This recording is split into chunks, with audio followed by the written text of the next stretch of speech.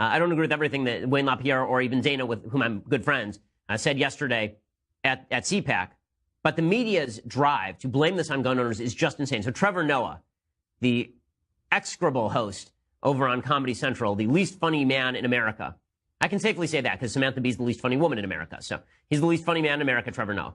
And he says that he mocks Marco Rubio because Marco Rubio went to this CNN show trial where people were baying for the head of Marco Rubio and baying for the head of Dana Lash. Apparently they were calling her a murderer. And Trevor Noah rips into Marco Rubio. That was a really powerful moment. And now, thanks to that father, we all know what Marco Rubio's face looks like when he's crapping his pants. He looked like a dad trying to explain to his son why he cheated on his mom. He was like, you see, Cameron, sometimes a politician has needs, and when the NRA opens their wallet, it's so hard to resist. You know what this reminded me of? It reminded me of the reaction a lot of men had to the Me Too movement. You know, when people were like, if we carry on like this, we're going to live in a world where men can't even hit on their female staff? Huh? Oh, that is what we want? Okay. Okay, fair enough. I misunderstood. Okay, so this idea that Rubio is, of course, the bad guy here. I'll be interested to hear what Trevor Noah has to say about the law enforcement officers. Already, you're seeing the spin starting from the left. That what this really demonstrates is that a good guy with a gun can't stop a bad guy with a gun. No, what it demonstrates is that a useless person with a gun cannot stop a bad guy with a gun. It does not demonstrate that a good guy with a gun can't stop a bad guy with a gun, because it's always been a good guy with a gun stopping a bad guy with a gun. The problem here is you didn't have a good guy. Where were the good guys? They were absent. They were missing.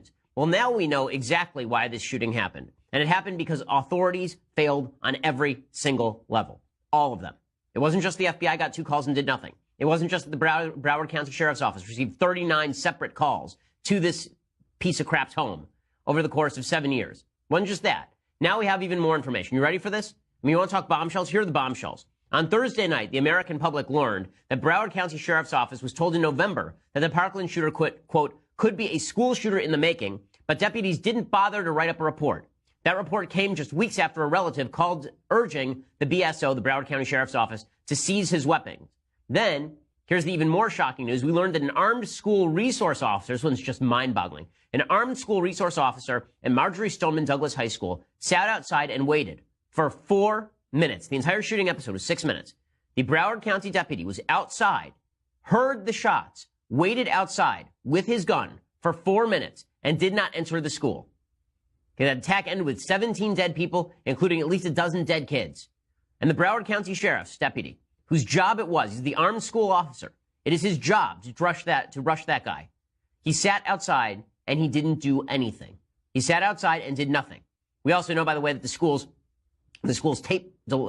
security mechanism was tape delayed. So whatever they were seeing on the cameras was 20 minutes, running 20 minutes behind. So this guy was sitting outside, but apparently he heard the gunshots and he did nothing. Even the Broward County Sheriff himself, Steve Israel, acknowledged this yesterday in a press conference. Shocking stuff. Here is what Israel had to say.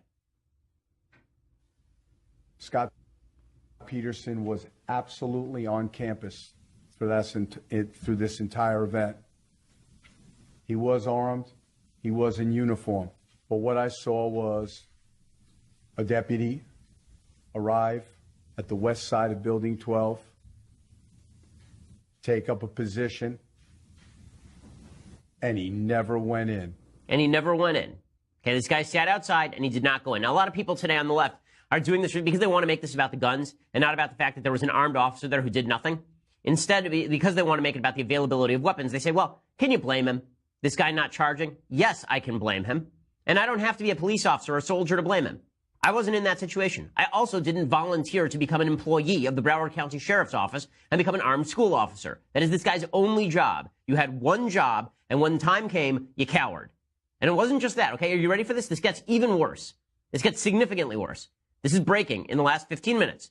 CNN reporting, quote, when Coral Springs police officers, this is a different district, when Coral Springs police officers arrived at Marjorie Stoneman Douglas High School in Parkland, Florida, on February 14th, in the midst of the school shooting crisis, many officers were surprised to find not only that Broward County Sheriff's Deputy Scott Peterson, the armed school resource officer, had not entered the building, but that 3 other Broward County Sheriff's deputies were also outside the school and had not entered.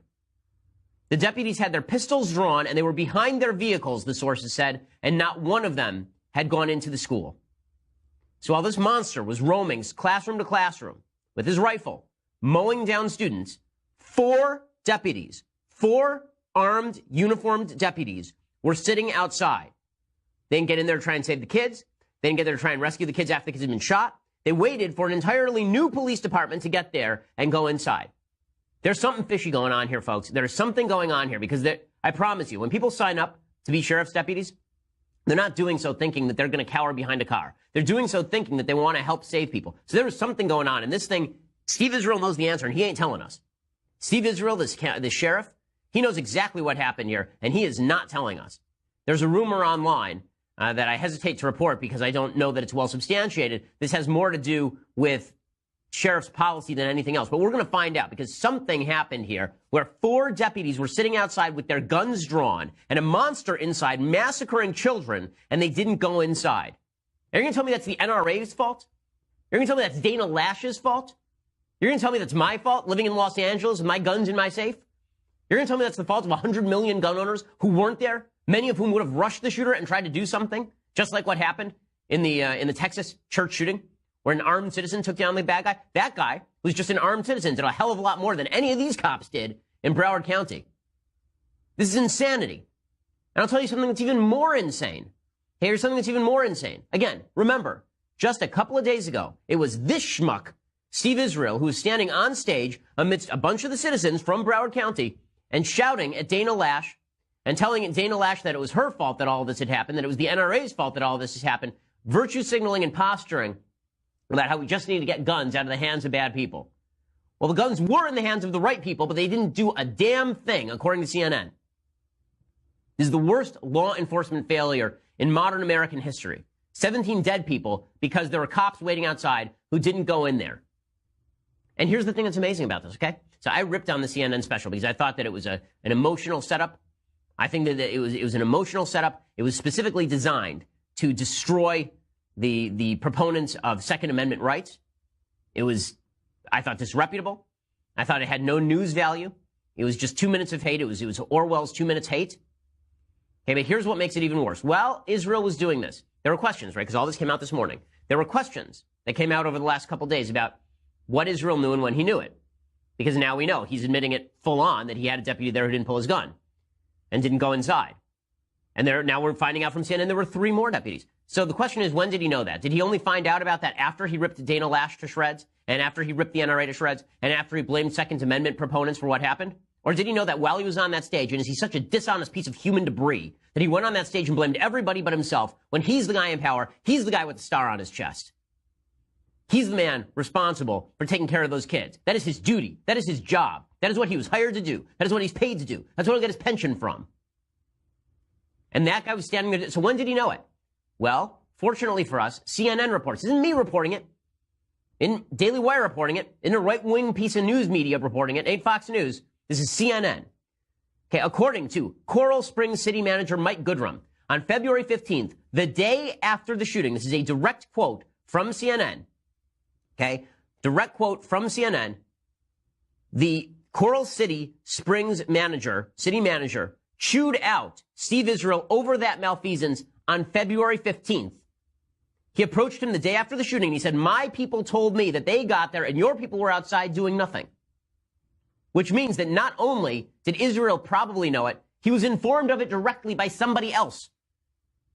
And then a week later, he went on national television and ripped somebody who had nothing to do with it and blamed them for the problem. How disgusting is that? How repulsive is that?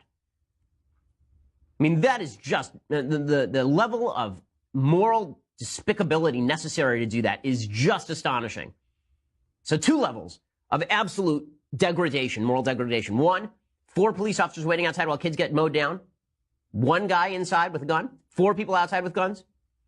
That's level number 1, which is the worst. And then level number 2 is the cover-up, where you blame